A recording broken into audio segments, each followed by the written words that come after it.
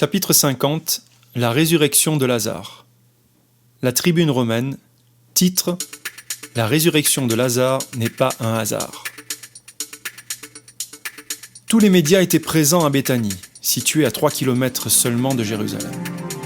Beaucoup de gens et des Juifs aussi étaient présents auprès des sœurs, Marthe et Marie, afin de les consoler de la mort de leur frère Lazare. Hélas, Jésus arrivait trop tard. Cela faisait déjà 4 jours que Lazare avait été enseveli. Lorsque Marthe apprit que Jésus était sur le point d'entrer dans la ville, elle accourut à sa rencontre pour lui annoncer la mauvaise nouvelle et de son arrivée trop tardive. « Seigneur, si tu avais été ici, mon frère ne serait pas mort. »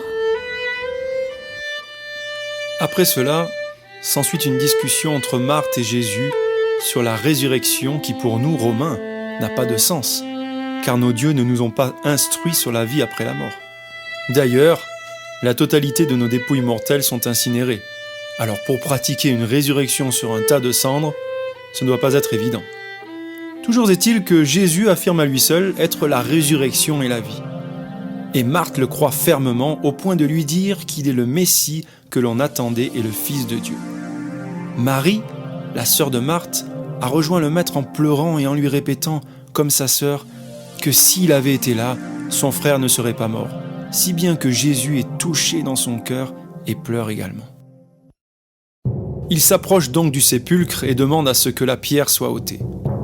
On enlève la pierre et Jésus, d'une voix forte, commande aux morts, Lazare, de sortir. Marthe intervient pour l'en empêcher car, dit-elle, « Il sent déjà, car il est mort depuis 4 jours. » Jésus réplique, « Si tu crois, tu verras la gloire de Dieu. » C'est à ce moment-là, précisément, que Lazare sort du sépulcre entièrement bandé. Les gens présents sont dans l'admiration de ce que Jésus vient de réaliser devant leurs yeux et se mettent à croire en lui. Et nous, journalistes, comprenons tout à coup qu'avec Jésus, rien n'est impossible. Même la mort n'a pas de pouvoir sur sa parole. Jésus est un Dieu exceptionnel qui n'a qu'à ouvrir la bouche pour que la chose se réalise, non pas en secret mais en public, devant les foules et devant nous.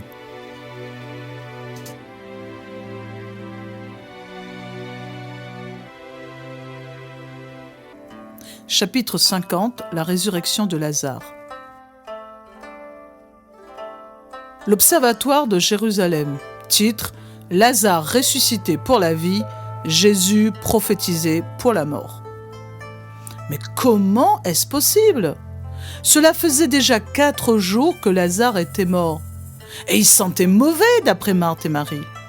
Alors, comment Jésus a-t-il pu ressusciter cet homme? D'où lui viennent ses pouvoirs? Est-ce de Dieu? Nous sommes allés à la rencontre des pharisiens avec ceux qui ne comprenaient pas ce qui venait de se passer. Le chef des prêtres et les pharisiens convoquèrent le grand conseil. Étonnamment, ils reprochèrent à Jésus de faire trop de miracles. Trop de miracles, ce qui impliquerait que tous allaient croire en lui, et donc que le grand conseil perdrait de son autorité.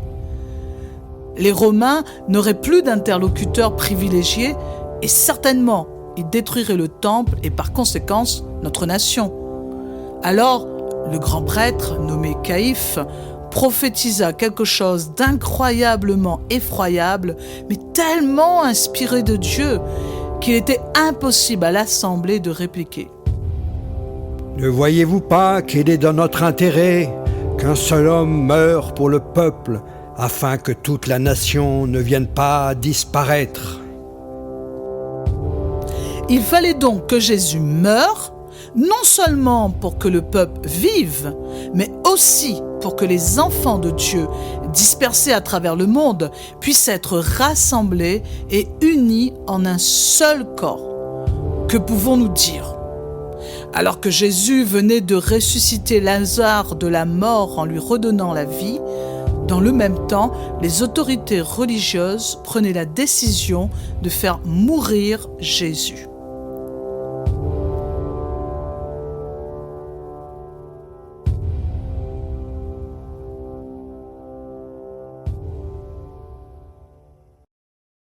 Chapitre 50.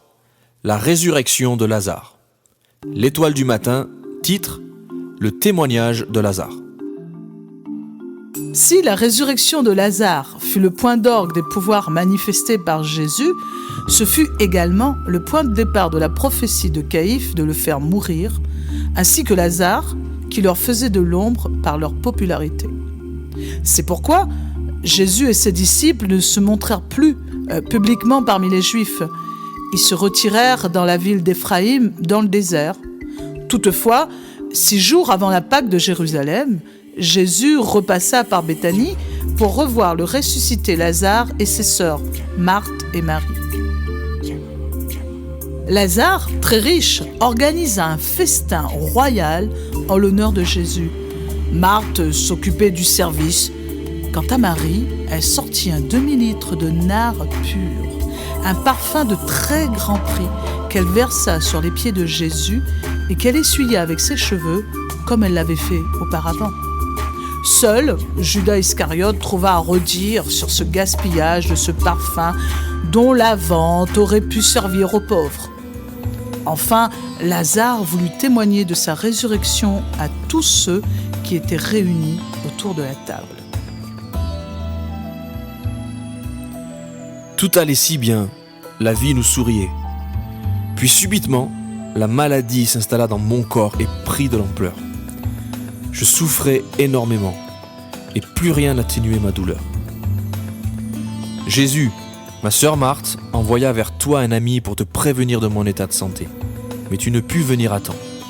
En quelques jours, la maladie s'imposa si fort en moi que je perdais toute conscience de la réalité. Je savais désormais que mes jours étaient comptés.